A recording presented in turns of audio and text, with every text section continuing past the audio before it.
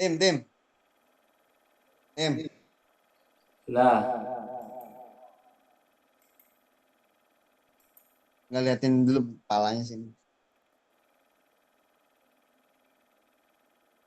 Assalamualaikum warahmatullahi wabarakatuh. Waalaikumsalam. Innal hamdalillahi nahmaduhu wa nasta'inuhu wa nastaghfiruh. Ini liatin kepalanya.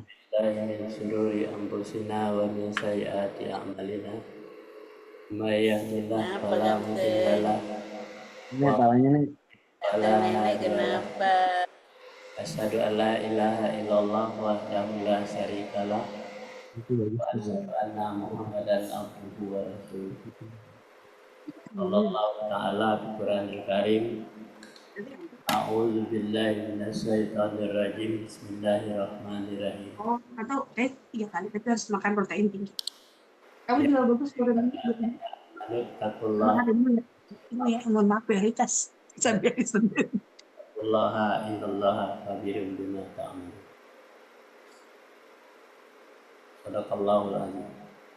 Syukur alhamdulillah kita aturkan kehadirat Allah Subhanahu wa taala. Pagi hari ini kita tidak bosan-bosan ya, untuk mengingatkan pribadi kita masing-masing bahwa kita itu selalu kurang, selalu minus di dalam memahami ayat-ayat Allah. Jadi oleh sebab itu kita berusaha sebaik mungkin bagaimana kita bisa mendapatkan derajat takwa. Ya. Itu mencapaikan derajat takwa itu tidak mudah. Tidak hanya disebut-sebut bahwa kita menjadi orang bertakwa. Tidak disebut-sebut kita menjadi orang Islam. Tetapi kita harus memahami secara konteks, ya, secara kontekstual yang di dalamnya ajaran-ajaran yaitu di dalam Al-Quran. Kalau kita hanya belajar dari orang tanpa kita memulai dari diri kita sendiri, artinya kita hanya ikut-ikutan. Jadi oleh sebab itu kita sebagai orang Islam hendaknya istiqomah dengan apa yang disampaikan oleh Allah dalam Al-Quran. Apabila kamu ingin hidup di dunia dicapai dengan ilmu pengetahuan, ingin hidup bahagia di kampung akhirat dicapai dengan ilmu pengetahuan. Orang hanya mengisi dunia saja, tidak mengisi kampung akhiratnya, dia akan menjadi manusia yang bangkrut. Semua amalannya akan ditolak karena tidak sesuai dengan apa yang diajarkan Rasulullah Sallallahu Alaihi Wasallam. Jadi setiap pagi kita harus memandangkan ajaran ini terutama di dalam keluarga kita. Tidak ada satupun hambatan apapun, tidak ada yang membuat kita itu jadi malas. Akhirnya kita akan tergoda oleh iblis. Jadi kalau orang yang sudah mulai dengan malas, artinya adalah orang-orang yang berjihadnya kurang, berarti ilmunya kurang. Itu kita selalu mewaspadai, ya. Akum wa ahlikum naro, jagalah dirimu dan keluargamu dari api neraka. Jadi untuk sampai ke sana, menjaga diri dan keluarga dari api neraka itu tidak mudah, tidak semudah membalikkan telapak tangan, tapi harus berjuang, berjihad untuk kita selalu beriman dan bertakwa kepada Allah. Jadi kalau kita tidak beriman dan bertakwa kepada Allah, tidak akan mendapatkan itu surga yang dijanjikan oleh Allah itu, surga yang seluas langit dan bumi disediakan oleh orang-orang yang bertakwa.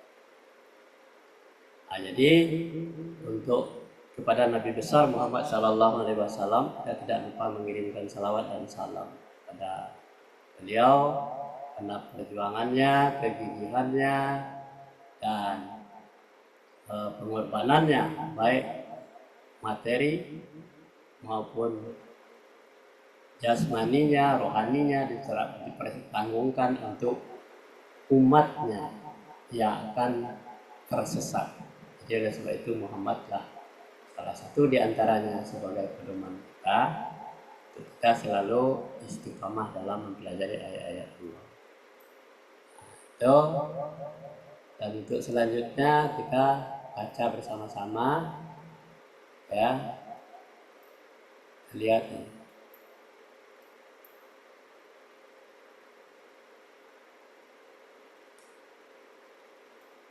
Jelas nggak tuh? Baca nggak? Sekarang bisa bacanya. Nah, coba baca. Bikin bacanya. Coba baca. Siapa dulu mulai membacanya?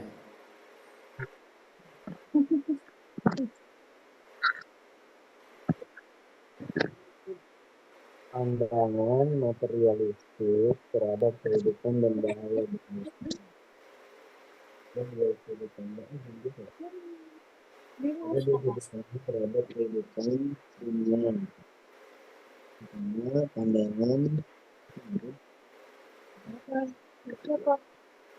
Pertama, pandangan materialistis, kedua pandangan yang benar. Masing-masing sudut pandang yang benar. Masing-masing sudut pandang memiliki pengaruhnya tersendiri. Makanya sudut pandang materialistis terhadap dunia dengan sesaat, sehingga yang diusahakan hanya seputar masalah itu, tidak peduli akibat-akibatnya, tidak mengetahui bahwa Allah menjadikan dunia sebagai lambang akhirat. Ya. Jadi pandangan, ada dua pandangan, itu adalah pandangan materialistis. Kita tahu dulu apa itu materialistis. Ya, kita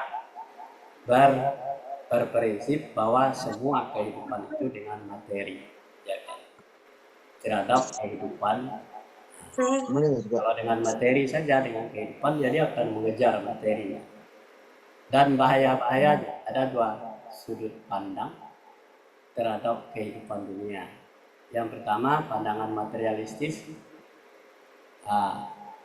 Kedua pandangan yang benar, masing-masing sudut pandang yang benar. Masing-masing sudut pandang memiliki pengaruh yang tersendiri.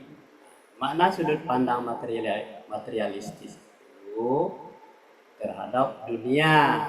Kalau materialistis, apapun yang memukau kehidupan kita di dunia itu namanya materialistis. Bisa dilihat, bisa dirasakan, bisa dinikmati, bisa dipandang, bisa dilihat, dan kita pandang itu adalah masalah dunia saja. Jadi hanya kenikmatan sesaat. Dunia itu kehidupan sesaat. Kenapa usia kita misalnya ditetapkan sampai umur 70 tahun? Selama umur kita 70 tahun, kita berpandangan hanya dunia saja. Nah, itu sesaat saja. Tetapi akhirat itu lebih lama. Sampai hari kiamat itu lama. Bayangkan saja sejak dari Nabi Adam, berapa ribu tahun baru kiamat itu. Jadi di azam barzakh itu lebih banyak daripada kehidupan di dunia. Di alam kubur itu lebih lama kehidupannya. Jadi kalau kita berpandangan dunia saja, kita akan tersiksa terus di dalam kubur kita. Sehingga yang diusahakan hanya seputar masalah itu, hanya masalah dunia saja. Tidak peduli akibat-akibatnya. Jadi kalau orang berpikir masalah duniawi, dia tidak pikirkan akibat-akibat yang akan terjadi nanti belakangan. Tidak mengetahui bahwa Allah itu menjadikan dunia itu sebagai ladang akhirat. Jadi bagaimana caranya kita menanam kebaikan di dunia menjadi ladang di kampung akhirat? Caranya adalah ikuti ajaran-ajaran Allah di dalam Al-Quran dan diajarkan oleh Nabi Muhammad SAW. Jadi dunia itu sebagai jembatan untuk kita menabung untuk kampung akhirat, itu namanya ladang. Jadi dunia itu wajib kita raih, akhirat wajib lagi kita raih. Baru kita dunia dan akhirat itu akan bersinergi. Kita lanjut. Agak. Baca. Aku. Ya. Allah jadikan dunia sebagai kampung beramal, akhirat sebagai kampung pembalasan. Terjemahannya. Dan di antara manusia ada orang yang menyembah Allah dengan berada di tepi. Maka jika ia memperoleh kebajikan, tetaplah ia dalam keadaan itu. Dan jika ia ditimpa oleh suatu bencana, berbaliklah ia ke belakang. Rugilah ia di dunia dan di akhirat, yang demikian itu adalah kerugian yang nyata. Maksudnya tidak dengan penuh keyakinan, maksudnya kembali kafir lagi. Ya. Jadi seperti yang disebutkan tadi bahwa dunia itu adalah ladang untuk kampung akhirat. Nah, Allah jadikan dunia itu sebagai kampung beramal. Kalau kita di dunia itu banyak beramal baik sesuai dengan keinginan Allah, itu berarti kita dunia sebagai beramal. Apapun yang kita lakukan, baik secara material maupun ucapan, perilaku, semuanya itu adalah semuanya ladang amal. Jadi kita menasihati orang, menyampaikan nasihat kepada orang lain, menyampaikan ilmu kepada orang lain, itu namanya tempat kita beramal. Akhirat itu adalah kampung pembalasan. Nah, kapan mendapat pembalasannya? Setelah berakhirnya kehidupan kita di dunia. Kalau di dunia kita tidak beramal, jangan berharap bahwa kita akan dapat pembalasan dari amal kita itu. Nah, jadi beramal itu harus sesuai dengan keinginan Allah. Di dalam surat 22 ayat 11, A'udzubillahi minasyaitonirrajim, Bismillahirrahmanirrahim. Wa minan nasi may ya'budullaha 'alal harfin fa in asabahu khairu ma ana bihi wa in asabathu fitnah an qalaba ala wajhihi khasirad dunya wal akhiratu zalika huwal khusranul mubin. Sadaqallahu.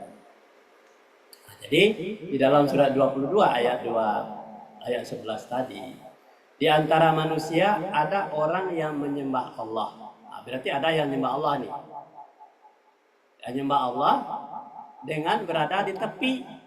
Nah, hanya setengah-setengah aja, di tepi-tepi aja. Kalau memang dia untung, dia sembah Allah. Dia berdoa, dia menyembah Allah. Nah, di tepi. Apa maksud di tepi itu? Tidak menyeluruh caranya untuk menyembah Allah sesuai dengan ajaran Allah. Itu adanya di tepi.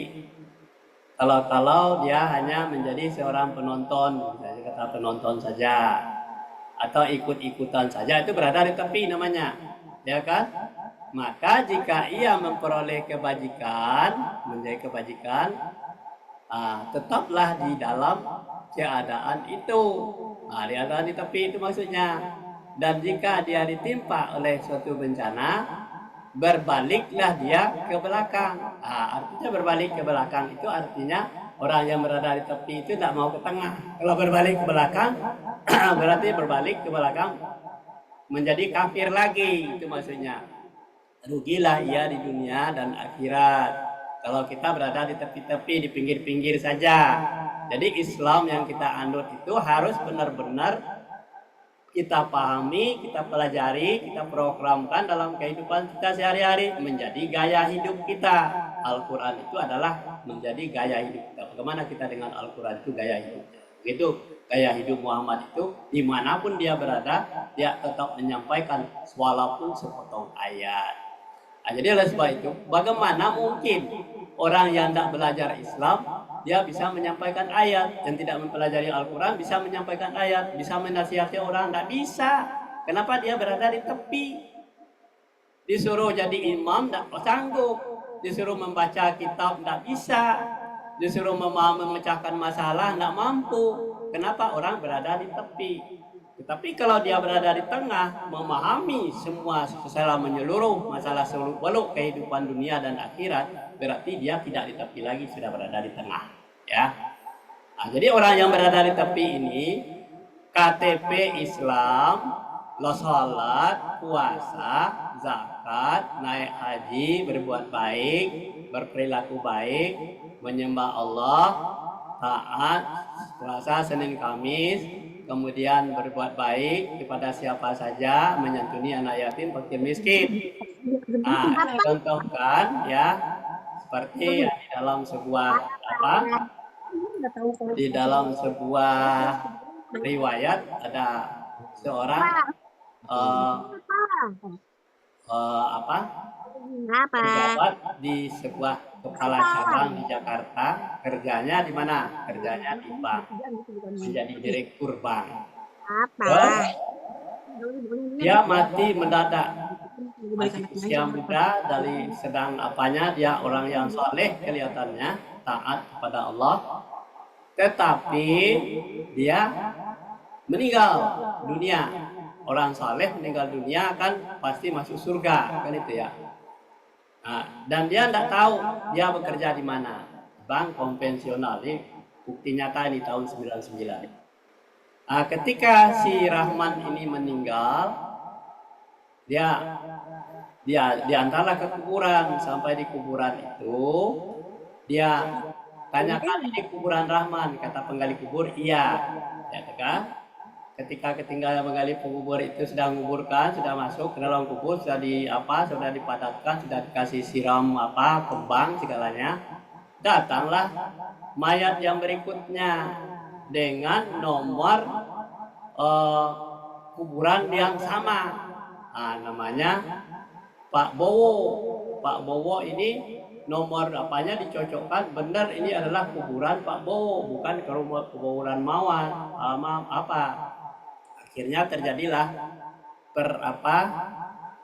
perdebatan ketika si Rahman ini sudah di dalam lahat, di dalam kubur, sudah ditimbun mayatnya. Karena Pak Bowo ini sah bahwa itu adalah kuburan dia, maka dia minta agar si Rahman itu dikali lagi kuburnya, dipindahkan. Akhirnya si Rahman bongkar balik kuburannya. Setelah kuburannya dibongkar, baru saja beberapa menit yang lalu dikuburkan, kelihatannya Rahman itu sudah gosong, sudah terbakar, termasuklah papan yang penutup lahatnya itu terbakar hitam. Akhirnya dikeluarkan. Terus bagaimana? Pak Bowo mau berkubur di sana? Pak Bowo keluarga bilang, kalau begini biar saya balikkan sajalah si Rahman itu ke kubur di sana, biar kami di kuburan yang lain saja. Nah, ini contoh orang yang berada di tepi. Apa yang menyebabkan dia gosong itu? Nah, ini bukti nyata ini. Karena dia gosong, kenapa? Makanannya dari makanan riba. Gajinya dari riba, karena dia berada di bank konvensional. Itu dipertanyakan oleh sahabat-sahabat dia yang masih hidup, seorang ustaz. Akhirnya Pak Bowo itu mengalah, dia tidak mau dikubur di sana lagi. Nah, ini kisah orang yang berada di tepi, tidak mendalami Islam secara menyeluruh. Nah, jadi apa yang dimakan, apa yang diperoleh sama dia, walaupun dia kelihatannya orang saleh, belum tentu juga dia tidak masuk neraka, tidak diazab. Nah, ini contoh ya. Nah, jadi oleh sebab itu mengingatkan kepada kita supaya kita itu benar-benar menjadi orang Islam yang benar. Baik perilaku kita, ucapan kita, cara ibadah kita harus sesuai dengan keinginan Allah, sesuai dengan Al-Quran. Insya Allah kita akan selamat dunia dan akhirat. Lanjut, Ecane.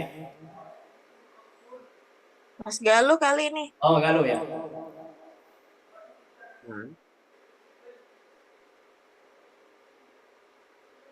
Silakan. Barang siapa mengisi dunianya dengan amal soleh, niscaya ia mendapatkan keberuntungan 2 kampung. Sebaiknya barang siapa yang menyia-nyiakan dunianya, niscaya ia kehilangan akhiratnya. Allah tidak menciptakan dunia ini untuk main-main, tapi Allah menciptakannya untuk satu hikmat yang agung, yang menjadikan mati dan hidup supaya dia menguji kamu, siapa di antara kamu yang lebih baik amalnya, dan dia maha perkasa lagi maha pengampun.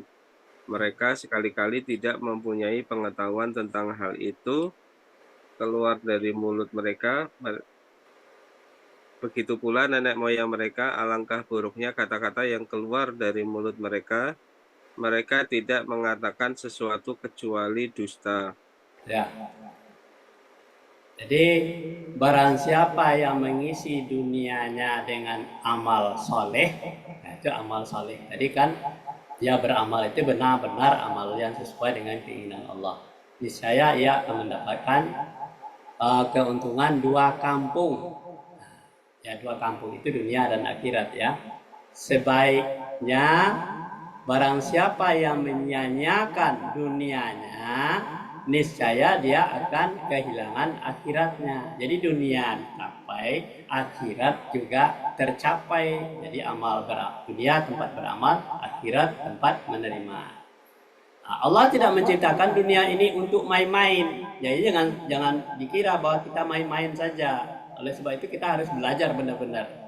Nah, tapi Allah menciptakan untuk satu hikmah yang agung. Nah, di dalam surat 67 ayat 2 ini sering dibaca ini kalau orang meninggal. A'udzubillahi minasyaitonirrajim. Bismillahirrahmanirrahim. Allazi khalaqal mauta wal hayati liyabluwakum ayyukum ahsanu amala wa huwal azizul ghafur. Ya, yang menjadikan mati dan hidup supaya dia mengujimu. Nah, jadi mati dan hidup mengujimu. Siapa di antara kamu yang lebih baik amalnya? Jadi mati dan hidup itu adalah menguji siapa yang lebih baik amalnya. Dan dia maha perkasa lagi maha pengampun. Siapa yang maha perkasa pengampun adalah Allah. Nah, jadi mati dan hidup itu adalah untuk uji kita. Mereka malahum bihi min ilmi wal ibad wal abyaihim kabura kalimatan takhruju min afwahihim in iyaquluna illa kaziba. Mereka sekali-kali tidak mempunyai pengetahuan tentang hal itu. Nah, ya, begitu pula nenek moyang mereka. Alangkah buruknya kata-kata yang keluar dari mulut mereka.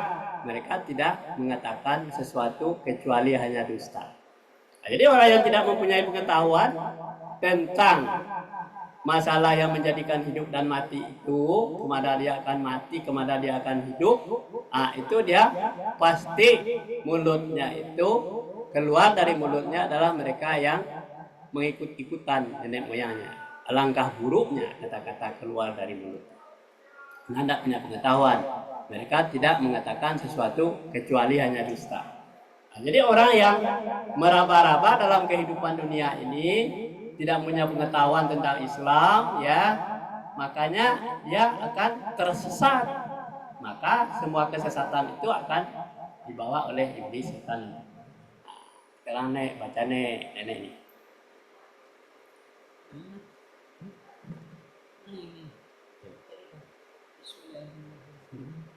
Allah menjadikan dunia sebagai kenikmatan sesaat yang perhiasan baginya lahiriah, harta anak harta, kekuasaan berbagai kenikmatan lain yang tidak mengetahuinya kecuali Allah. Ya, Allah Ta'ala. Terus? Di antara manusia jumlah mereka mayoritas ada yang menunjukkan pandangan harta, pandangan hanya pada lahiriah dan kenikmatan dunia semata. Memuaskan nafsunya, tidak merenung rahasia di balik itu, sibuk melupakan amal sesuatu sudah mati. Dan tentu mereka akan mengatakan pula kehidupan hanyalah kehidupan kita di dunia ini, tidak saja tidak Kita di dunia saja, dunia ini saja. dunia saja, dan kita sekali-sekali tidak akan membangkitkan. Maksudnya tidak mereka, jika mereka tidak Kalau mereka dikembalikan ke dunia, mereka akan mengatakan ya. akan mengatakan demikian. Ya, Allah menjadikan dunia itu sebagai kenikmatan sesaat dan perhiasan baginya, lahiriah, harta, anak, pangkat, kekuasaan dan sebagainya, kenikmatan lainnya yang tidak mengetahuinya kecuali hanya Allah. Nah, jadi kalau kita melakukan sesuatu di dunia itu dengan cara perhiasan dunia sebagai kenikmatan dunia saja, yang Allah yang tahu. Ya. Di antara manusia ada jumlah mereka mayoritas, banyak orang yang hanya mencari kehidupan di dunia saja, dan ada yang menyempitkan pandangannya hanya lahiriah dan kenikmatan dunia semata.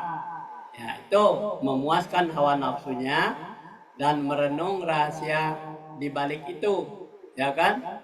Tidak merenung rahasia di balik itu, bahwa ya hawa nafsunya apa di balik. Sibuk melupakan amal sesudah mati. Nah, jadi sesudah mati itu yang akan dipertanggungjawabkan. Jadi kalau kita dunianya mengejar dunia saja, memuaskan nafsu saja, tidak pernah merenung untuk rahasia di balik itu diberikan oleh Allah semuanya, segala-galanya, dia seolah-olah dunia itu adalah milik dia sendiri. Kemudian di dalam surat 6 ayat 29 itu, a'udzubillahi minasyaitonirrajim, bismillahirrahmanirrahim, wa qalu in hiya illa hayatunal dunya wa ma nahnu bimab'usin. Dan tentu mereka akan mengatakan pula, hidup hanyalah kehidupan kita di dunia ini saja, ya kan? Dan kita sekali-kali tidak akan dibangkitkan. Ini pandangan orang yang materialistis tadi. Kenapa dia tidak berpikir di balik kenikmatan itu? Ini kita hidup hanya di dunia saja, nanti kita tidak akan dibangkitkan kembali. Dia tak paham kenapa ada pelajari Al-Quran itu seutuhnya. Maksudnya jika mereka itu dikembalikan ke dunia, mereka akan mengatakan demikian. Nah, itulah contoh orang-orang yang tidak punya wawasan pengetahuan tentang kampung akhirat. Sampai di sini dulu kajian kita pagi hari ini. Semoga bisa memberikan gerakan kehidupan kita kampung akhirat. Wabillahi taufik wal hidayah. Assalamualaikum warahmatullahi wabarakatuh. Waalaikumsalam warahmatullahi wabarakatuh.